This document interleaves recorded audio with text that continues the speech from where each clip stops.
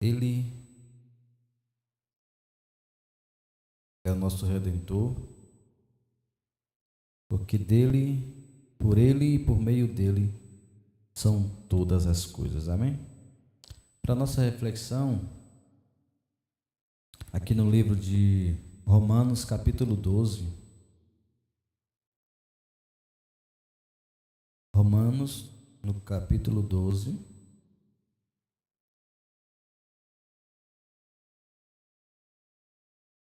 Versículo 1 diz assim: Portanto, irmãos, pela misericórdia de Deus, peço que ofereçam seu corpo como um sacrifício vivo e santo e agradável a Deus. Este é o culto racional de vocês. E não vivam conforme os padrões deste mundo, mas deixe que Deus os transforme pela renovação da mente, para que possam experimentar qual é a boa, agradável e perfeita vontade de Deus. Amém? Deus, está aí a tua palavra, fala conosco e nos ensina de que forma devemos seguir aqui nessa terra até que o Senhor venha, para que possamos a cada dia nos santificar no Senhor. Por isso eu te agradeço, fica conosco. Amém. O texto bíblico, ele é muito claro para mim e para aqueles que ouvem a palavra de Deus e as praticam. Tem texto bíblico que eu creio que não precisa de interpretação. Deixa eu ser bem claro. Portanto, meus irmãos, pela misericórdia de Deus, peço que ofereça o seu corpo como um sacrifício vivo. Deus não está nos pedindo que oferecemos sacrifício de tolo. Deus não está nos pedindo para fazermos coisas como, por exemplo, pessoas que pagam promessas e andam de joelhos, se martirizam e faz tanta coisa. O que Deus está nos pedindo é que nós possamos oferecer o nosso corpo como um sacrifício vivo. Portanto, entendo eu que, além disso, a Bíblia fala que tem que ser santo e agradável a Deus. Então, o corpo é algo que nós devemos prestar muita atenção para não estar denegrindo ele. As pessoas falam meu corpo, minhas regras, mas na realidade não. O nosso corpo é templo do Espírito Santo de Deus. E é no templo que nós oferecemos culto. É no templo que nós oferecemos o sacrifício ao Senhor. Então, eu e você, nós somos templos do Espírito Santo de Deus. Então, o nosso corpo é morada do Espírito Santo de Deus. Então, Jesus fala na sua palavra que ninguém pode ir ao Pai se não for através dele. Jesus ascende aos céus e nos deixa em sua palavra que não nos deixariam órfãos, mas que enviaria o Espírito Santo dele para nos consolar. Então, hoje o Espírito Santo de Deus está aqui até que o Senhor venha. Ele é o nosso condutor. O Espírito Santo nos fará lembrar tudo aquilo que Jesus já nos ensinou, pois assim Jesus disse. E a Bíblia diz que o nosso corpo é morada do Espírito Santo de Deus. Então Deus está falando, ofereça a mim o seu corpo como um sacrifício vivo e santo e agradável a mim. Este é o culto racional de vocês. Culto racional, um culto com raciocínio, um culto com entendimento. Porque estamos aqui, porque viemos aqui, porque é importante estar na casa de Deus. É um culto racional, é um culto com inteligência. Então, se é um culto racional, se encontra também pessoas racionais, pessoas inteligentes. Antigamente, as pessoas diziam que ser cristão era coisa de gente que não tinha estudo, era coisa de velho, eram as pessoas que não tinham entendimento. Percebemos hoje, ao decorrer dos anos, ao decorrer do tempo, que quanto mais tempo passa, mais se prova que o reino de Deus é para todos. Pessoas estudadas, pessoas não estudadas. O próprio Jesus pegou 12 pessoas. E entre essas pessoas tinha pessoas que não tinham estudo, que praticamente não sabia nem ler. E ele também pegou pessoas que sabiam escrever e ler. Então, o reino de céu é para todos. O reino de céu é para aqueles que aceitam a Jesus.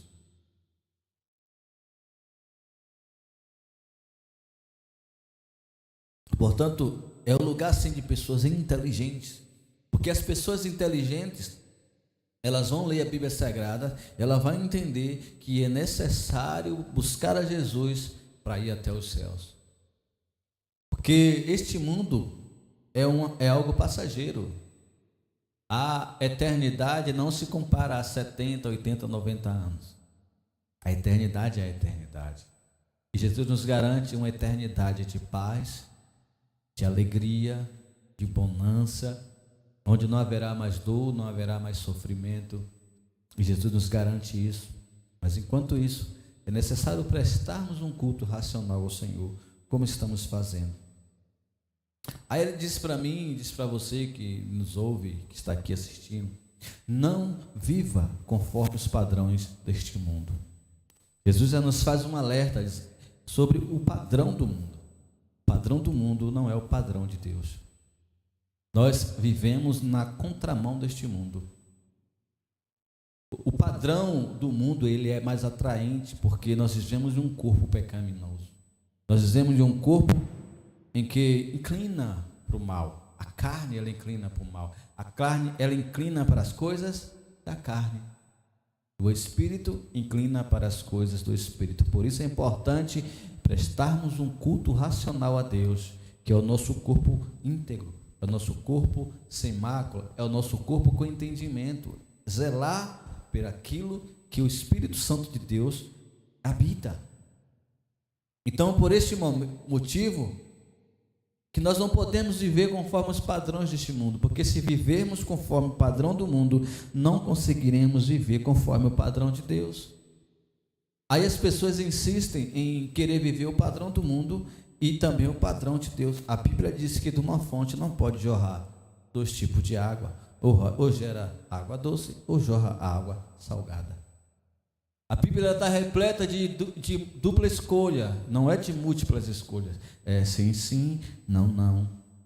Não vos conformeis com este mundo, não se assente na roda dos escarnecedores. Ou é sim, é não, ou é Deus, é o diabo, ou é céu, ou é inferno. Não tem a terceira opção. Portanto, não podemos viver conforme o padrão deste mundo. Isso talvez para a juventude seja mais difícil, porque o padrão do mundo hoje, o padrão do mundo dita a moda, o padrão do mundo dita as músicas, o padrão do mundo dita a forma que você vai conduzir a sua casa, a sua família. O padrão deste mundo não é o padrão de Deus. Agora, quando o mundo, as pessoas que estão neste mundo têm um entendimento e vão até a casa de Deus e buscam em Deus sabedoria e passam a viver o padrão de Cristo, aí sim você conseguirá viver neste mundo seguindo os padrões de Deus. E por conta de não seguir o padrão de Deus e seguir o padrão do mundo, muitas famílias estão destruídas, muitas pessoas estão aí desesperadas em momentos de crise, em momentos de dificuldade. Mas aquele que espera no Senhor voarão como águias, serão renovados dia após dia. Embora esteja difícil, mas não perde a esperança, porque não vivemos conforme o padrão deste mundo. Pelo contrário, Jesus diz na sua palavra, no sermão, disse: bem-aventurado aqueles que têm sede de justiça, pois serão saciados. Bem-aventurado são os pacificadores.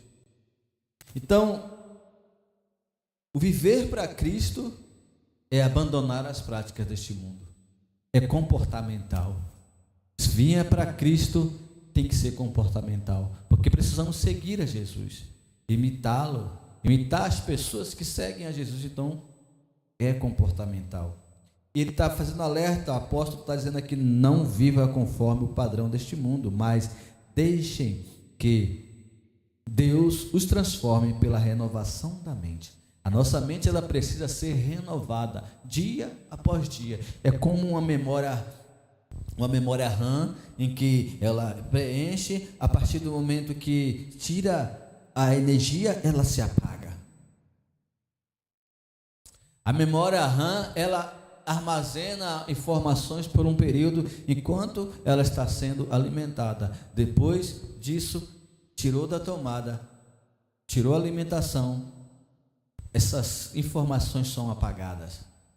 A nossa memória, a nossa mente, a nossa cabeça, ela tem várias, locais de guardar informação. Informações recentes, informações que ficam guardadas por muito tempo. Mas mesmo essas memórias, com o tempo, elas se apagam, a não ser aquelas que nós alimentamos.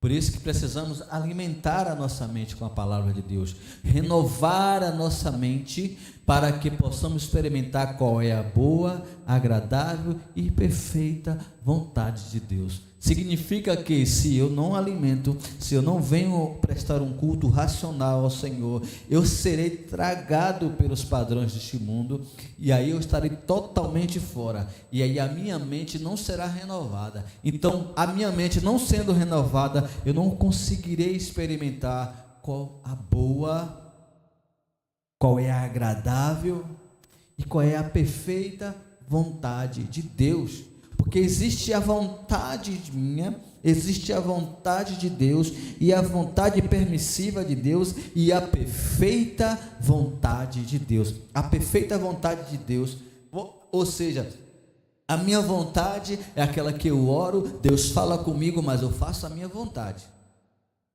Aí vem a vontade de Deus permissiva, é aquela que Deus não quer, mas você está insistindo tanto, Deus permite.